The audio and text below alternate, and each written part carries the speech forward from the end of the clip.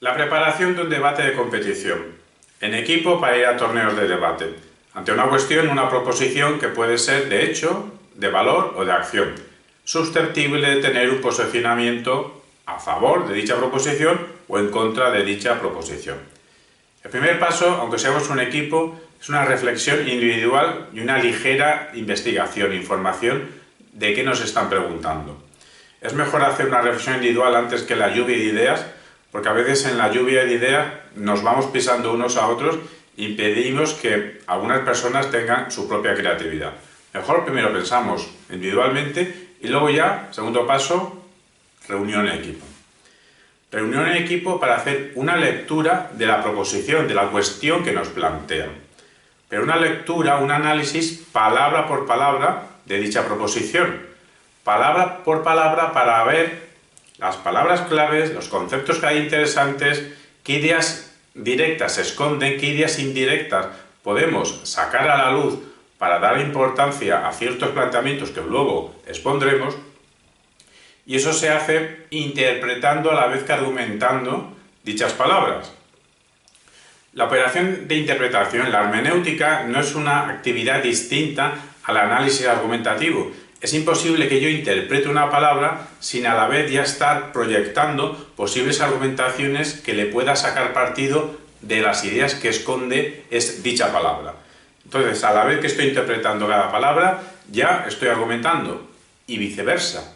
Mientras planteo hipótesis argumentativas, dichas argumentaciones ya en ellas subyace cierta interpretación de dichas palabras. Interpretación y argumentación van unidas. Vale, ya he analizado las palabras clave. Pues al analizar las palabras clave, entonces tengo que preguntarme, cuando esté a favor y cuando esté en contra, ¿voy a tener la misma definición, delimitación de dichas palabras clave? En algunas cuestiones, en algunas proposiciones, así será, en otras no, porque cuando esté en la posición a favor, quizá me interesa cierta interpretación que apunta a cierta argumentación para cierta palabra, y cuando estoy en la postura en contra, quizá me interese cierto matiz. Y eso hay que tenerlo muy presente, porque a veces las contiendas dialécticas se convertirán en un principio, pues en una lucha terminológica para ver quién tiene razón en cómo delimitar. Lo que hay que evitar es que el debate entero sea una cuestión de nombre, de definición. Pero al principio es muy importante que en un debate seamos ganadores ante el jurado de imponer el marco de interpretación de las palabras claves. He ahí el objetivo de esta primera reunión, dar con la tecla de cuál es el marco de los conceptos importantes, las ideas fuerza que juegan en dicha proposición, para a partir de ella ya desplegar distintas argumentaciones y sospechar argumentaciones que nos puedan hacer el equipo contrario, dando por hecho que van a dar con la tecla de el marco que más les interese. Marco que más les interese, que nosotros tenemos que tener prevista respuesta a su proyección argumentativa.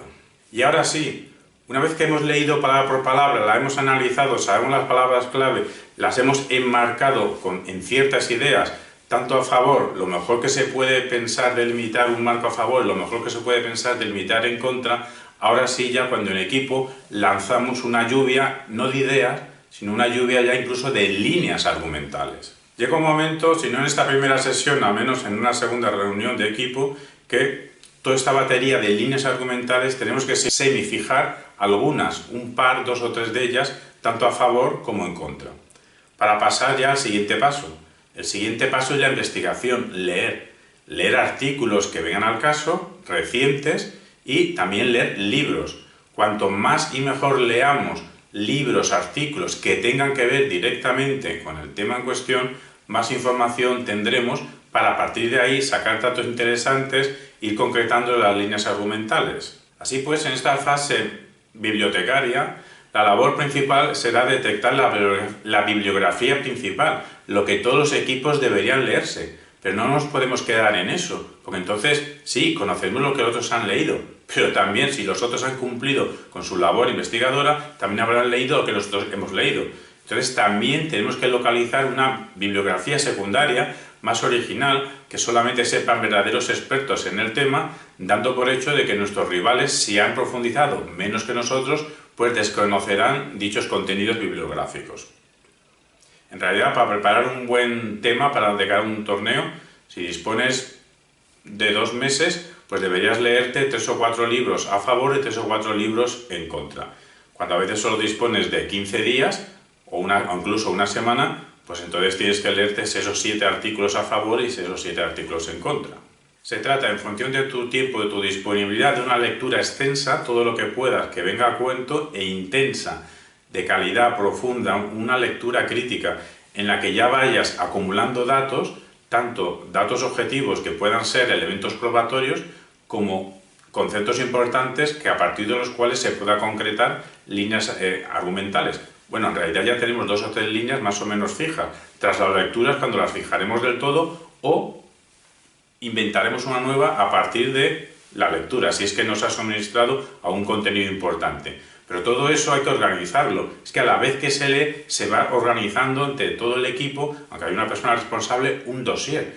Un dossier para favor, un dossier para en contra, en la que se pone esas 2 o 3 líneas más o menos fijas, en las que se va acumulando contenidos, se va poniendo nombre a los candidatos a argumentos, a los elementos probatorios que deberían justificarlos, y todo eso se va acumulando para que quede bien organizado en un dossier. Tras esta labor de lectura crítica y analítica, pues entonces ya viene una reunión de equipo en la que realmente ya hay que fijar de una vez por todas la línea ganadora. Una línea ganadora que luego vamos ya a rellenar el contenido racional y el contenido empírico de demostración del razonamiento. Pero no nos podemos quedar ahí. También tenemos que dar con la tecla con otra línea potente, aunque tenga cierto riesgo, porque en un torneo de debate, si es que llegamos a la final, habremos pasado por varias etapas, una fase preliminar, luego una fase intermedia, puede haber octavos, cuartos, semifinal y final. Y también tenemos que tener otra línea, sí, todas ganadoras, pero una línea creativa. Para ir a un torneo de debate no puedes ir, si tienes aspiraciones de ganar, con solo una línea, porque el resto de rivales llega un momento que cuanto más avanzas en el torneo, más gente está viendo tu línea. Entonces tienes que tener 3 líneas, todas ganadoras, pero una objetivamente ganadora en el sentido de que tiene una estructura clásica, lo que se espera que tienes que ofrecer para convencer a los demás, pero luego el consejo particular es que tengas otra línea, aunque sea arriesgada, pero que sea altamente potente, y otra línea ya que sea súper creativa. Estas líneas potentes creativas pueden tener un riesgo, pero la dificultad que entraña para el equipo rival es cómo van a defender en medio del encuentro pues una línea que ni siquiera la han pensado porque se aparta de lo convencional, de lo ortodoxo, de lo normal para defender cierta línea. Tendrían que dar con la tecla allí mismo en medio del debate. Vale, tenemos 3 líneas, pero empezamos a trabajar por la primera, por la línea que consideramos ganadora. Bueno, entonces una vez que ya tenemos clara las ideas generales de dicha línea, tenemos que concretar la idea fuerza, la idea principal, que es el sostén de toda esa línea. Y una vez que la tenemos claro, a partir de ahí, concretar los distintos razonamientos, los distintos argumentos. Puedes tener desde un argumento, por poder puedes tener hasta 4 o 5, pero no es aconsejable tener muchos. Lo normal, dado que vas a tener 2 turnos de refutaciones, a unos torneos hasta 3 turnos, pero a lo mejor con menos tiempo, vas a tener 2 turnos de 4 o 5 minutos, en total 10 minutos para refutar, para construir tu argumentación. También cuentas con los 4 o 5 minutos iniciales de la introducción, pues lo normal, lo aconsejable es tener 3 razonamientos, 3 argumentos.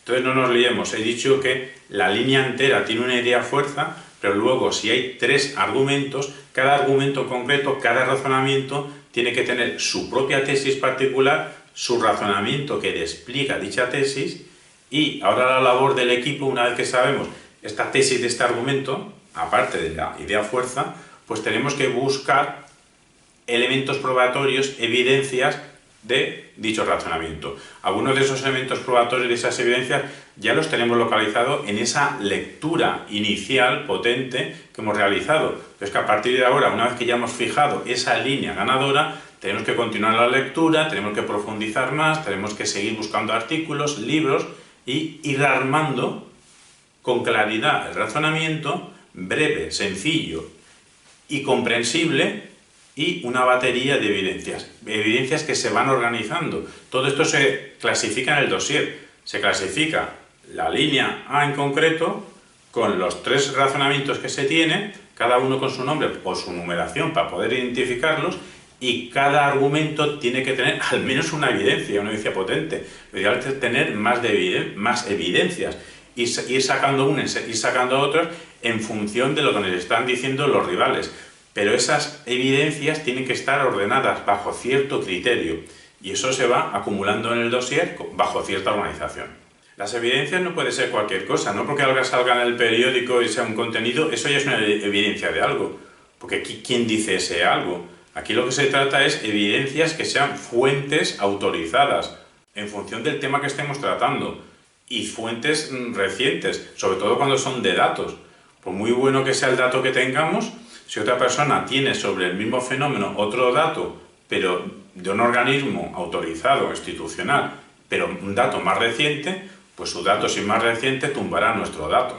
Entonces, fuentes cuando son de datos concretos actuales, cuando son de contenido, esas fuentes de autoridad, de expertos en el tema, y tenemos que saber explicar garantías de dichas evidencias y tenemos que también saber expresar el respaldo que tiene ciertas garantías. Esto es un modelo de Toulmin sobre cómo construir un discurso. Evidencia, garantía de dicha evidencia y respaldo de las garantías. Recapitulamos que una vez que tenemos la línea argumental decidida, con su idea principal, los 3 razonamientos, cada uno con su tesis, cada uno con sus evidencias, y lo vamos organizando en el dossier, tenemos que hacer el pensamiento a favor, pero también el pensamiento en contra. Cuando ya hemos acabado la línea a favor, por ejemplo, entonces ¿qué tenemos que hacer? ¿Pasarnos a en contra? Sí. Pero es que no hemos acabado simplemente por hacer toda esta operación que estoy diciendo. Cuando ya hemos acabado y tenemos nuestros argumentos bien armados con evidencias, tenemos que pensar cuál sería la mejor refutación que nos pueden hacer los rivales. Y una vez que lo tenemos claro, tenemos que pensar qué contestación les haremos cuando nos hagan dichas refutaciones. Y cuando eso lo tenemos claro, tenemos que hacer una tabla visualmente, es para nosotros, para el equipo, para tenerlo bien clasificado. 3 columnas, los 3 razonamientos que tenemos, su tesis, el razonamiento, la evidencia principal, a continuación ya, bien con otro color, con otra tipografía, para no confundirnos, la refutación más fuerte que nos puede hacer el equipo contrario y en la última columna, pues nuestra contestación a su refutación. Una vez que tenemos eso, pues ya podemos pasar al lado contrario, al en contra. Hay que hacer esto a favor y hay que hacerlo en contra. Una vez que tengo esto, y lo hemos hecho en equipo, todos los miembros del equipo, los equipos suelen ser de 4 personas, incluso puede haber equipos de 2, máximo 5, a lo mejor hablan 4, pero se van turnando, alguien se dedica a hacer preguntas o organiza el material de investigación, de refutación, pero los equipos son entre 2 y 5 personas. Pues bien, la labor anterior que he explicado se hace en equipo. A partir de ahora, cada persona sabe su función. Si normalmente en un torneo de debate académico hay una primera postura por cada equipo de introducción de ambos equipos, luego una primera refutación que es constructiva de ambos equipos, ahí ya se pueden hacer preguntas entre ambos equipos. Bueno, el equipo que escucha le hace la pregunta al equipo que en ese momento tiene la palabra. Luego hay una refutación, un turno que es básicamente de destrucción de la línea contraria y un último turno por ambos equipos que es de conclusión. Entonces tú sabes si eres introductor, si eres primer refutador, si eres segundo refutador o si eres conclusor, o a lo mejor estás participando como documentalista. En ese sentido estás a favor de todos, operas para todos, trabajas para todos. Pues bien, el introductor. Pues el introductor, una vez que ya sabes tu línea argumental, pues tienes que ser capaz de traducirla en los 4 minutos o 5 que a lo mejor tienes en un exordio inicial que sea cautivador, no olvidarte de presentar a tu equipo, entonces ya avanzar los 3 argumentos más o menos que vas a tener. Ahí no hace falta que explicites evidencias, eso ya lo hará el constructor. Y tienes que pensar también una despedida potente o una despedida original, acorde a lo que estés diciendo. Lo preparas, lo diseñas, no hace falta que lo escribas todo, puedes esquematizarlo, mejor sería esquematizarlo, porque entonces te va a salir de forma más fluida, más natural, y una vez que ya lo tienes hecho, el equipo le ha dado el visto bueno, pues ensayar, ensayar, ensayar. Cuando has acabado, termina tu tarea, no. Con la misma argumentación intenta hacer otra introducción distinta, con un exordio distinto, o decir los contenidos de otra manera, con otros ejemplos. ¿Por qué? Porque a lo mejor a lo largo de un torneo el mismo juez te escucha varias veces. Y si te escucha varias veces a favor, si siempre te oye la misma introducción, pues ya sabe lo que vas a decir. El factor sorpresa se diluye. Entonces, un introductor tiene que tener unas 3 versiones distintas para favor y unas 3 versiones distintas para en contra. Eso para cada línea argumental. Que estoy diciendo que para un torneo debería tenerse 2, 3 líneas argumentales distintas. Sin olvidarnos que el objetivo principal del introductor es seducir. Seducir al jurado de que tu línea argumental es la más potente, es la convincente, y así son las cosas y así se hemos contado.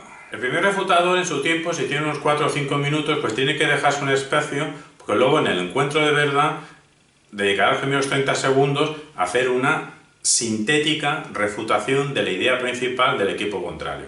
Y el resto, el 80% que le quede de tiempo, 90%, tiene que dedicarlo a construir. Si normal es tener 3 argumentos, pues como hay solo 2 turnos normalmente de refutación, pues en ese primer turno, el refutador, que en realidad es constructor, pues dedica a construir esos 2 argumentos, teniendo en cuenta que le pueden hacer interpelaciones, le pueden hacer preguntas. Entonces tendrá que haber tenido previsto el dossier, tendrá que haberse planeado, planificado las posibles preguntas más peliagudas que nos pueden hacer y cómo saber contestarlas. Y tener claro la idea fuerza, porque si nos hacen una pregunta luego ya en pleno contienda dialéctica que no sabemos contestar, pues la mejor manera de contestar es volver a la idea fuerza que tenemos y a partir de ahí dar una breve contestación y seguir con nuestra construcción.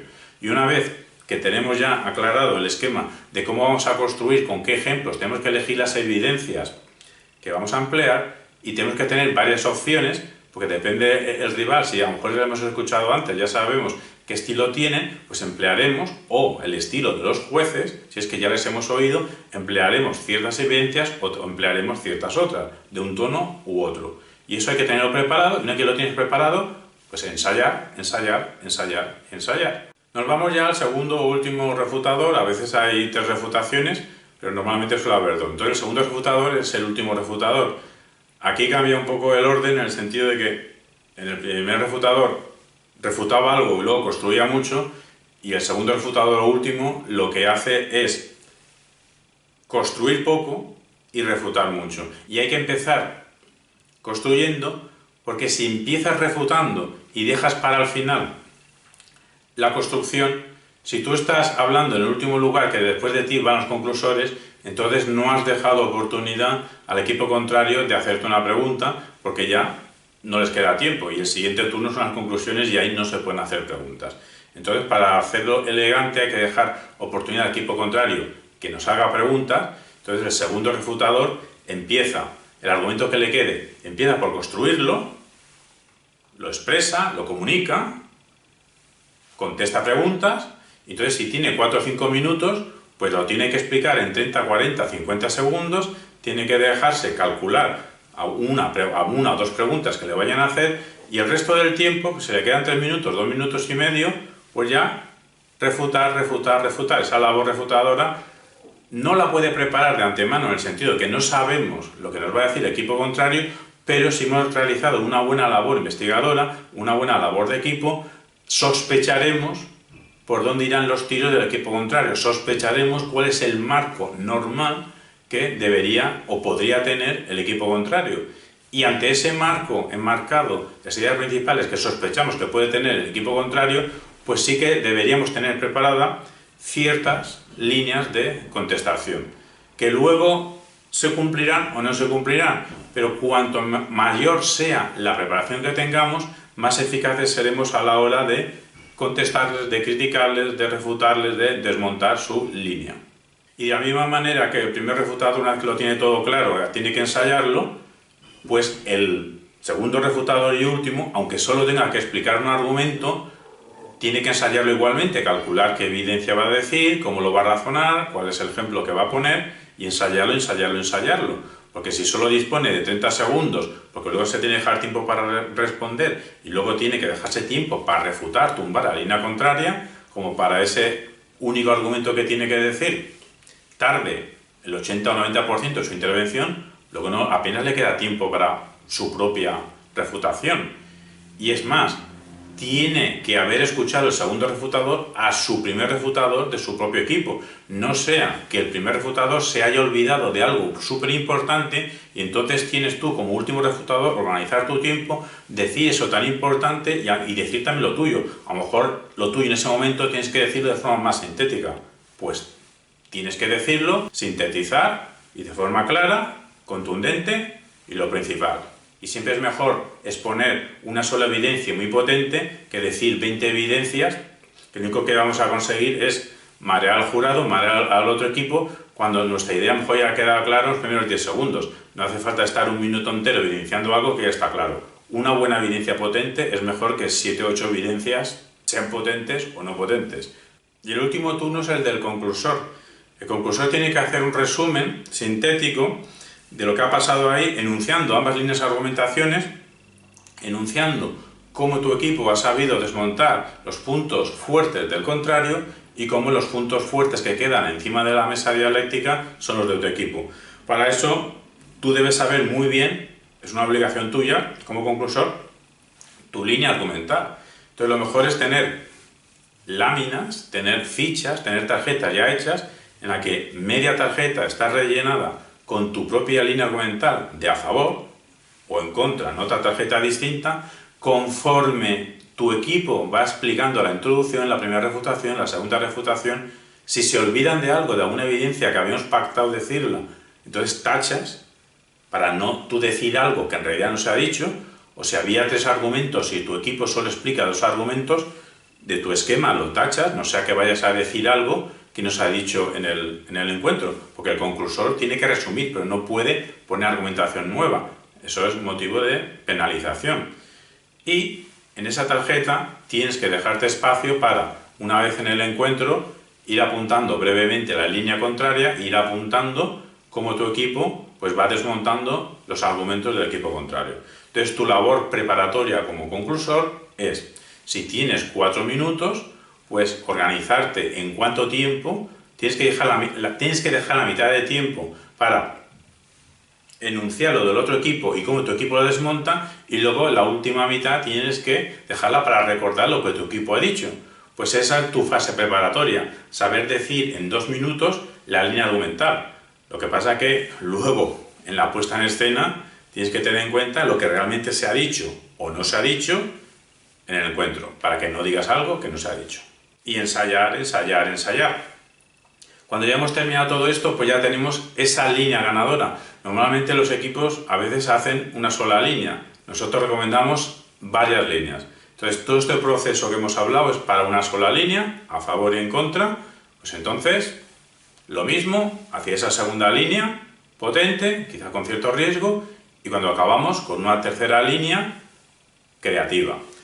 El tener 3 líneas, aunque luego a lo mejor nunca desarrolle las 3 por los avatares del torneo, te da mayor preparación, te da mayor banco de datos, te da mayor posibilidades de razonamiento, de inventiva, de contraatacar al otro equipo. Entonces, aunque estés con la única línea que tengas, la normal, en un momento dado, si tienes preparado en tu cabeza las 3, ante una pregunta inoportuna, ante cualquier cosa que el otro equipo sea una debilidad según tu preparación, pues puedes aprovechar algo de esa otra línea para en el momento contestarle, ponerlo encima de la mesa y esperar que el otro equipo, allí en medio del encuentro de debate, no tenga preparado lo que tú sí y sea una debilidad para ellos. Y a todo esto todavía no he enunciado una obviedad, que al otro equipo no le vas a convencer nunca. A quien tienes que convencer es al jurado. Entonces, todas estas líneas que hemos construido, todas estas líneas hay que tener en cuenta que los elementos persuasivos que buscamos y los medios comunicativos que también que busquemos para transmitir esa argumentación que tiene que ser persuasiva,